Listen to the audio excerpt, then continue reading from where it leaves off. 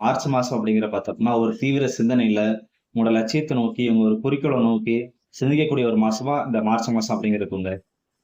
தொழிலுமே உங்களுக்கு சாதகமா இருக்குது. அது மாரி பார்த்தீங்கன்னா, குழந்தைகள பத்தின சிந்தனைகள் அப்படின்னு உங்களுக்கு இந்த காலகட்டம் ரொம்ப அதிகமா இருக்கும்.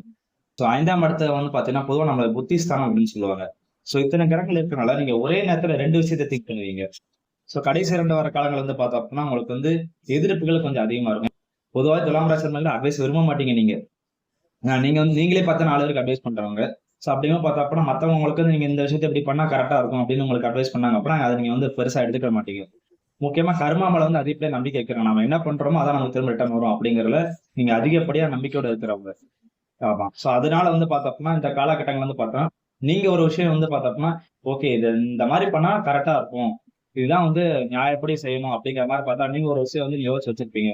ஆனா அது வந்து பார்த்தோம்னா, மத்தவங்க வந்து, இல்ல இது கரெக்ட்டா வராது அப்படிங்கிற மாரி பேசுவாங்க. அந்த விஷயத்துல வந்து பார்த்தா உங்களுக்கு வந்து பிரச்சனைகள் வருங்க. மத்தபடி 6ஆம் இடத்துல இருந்த கிரகம் வந்து பிரச்சனைகள் மட்டுமே குடுக்கும் அப்படின்னு பார்த்தா கிடையாது.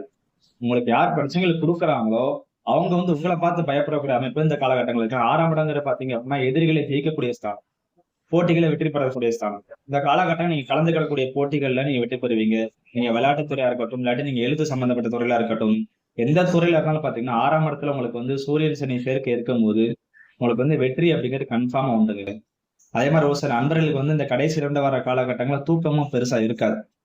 தூங்கும்போது தான் உங்களுக்கு வந்து பார்த்தோம்னா, இருக்கிற எல்லா சிந்தனைகளும் வர ஆரம்பிக்கும். நீங்க வந்து குடும்ப லைஃப்குள்ளேயே அந்த டைம் நீங்க வந்து இன்வால்வ் ஆக மாட்டீங்க பெருசா.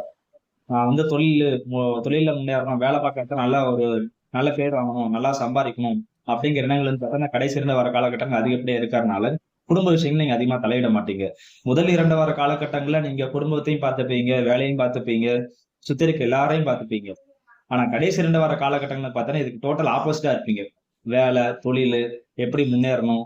எந்த மாரி பண்ணா நம்ம வந்து சம்பாதிக்க முடியும்? உங்களுடைய குறிக்கோள், உங்களுடைய லட்சியம் என்ன? சோ அத நோக்கி நீங்க டிராவல் பண்ணக்கூடிய ஒரு மாசமா, இந்த மாசத்தினுடைய கடைசி 2 வார காலகட்டங்கள் இருக்குங்க. சோ இந்த வீடியோ உங்களுக்கு வந்து புடிச்சிருக்கும்னு நான் நெனைக்கிறேன். புடிச்சிருந்துச்சு அப்படின்னா வந்து லைக் பண்ணுங்க.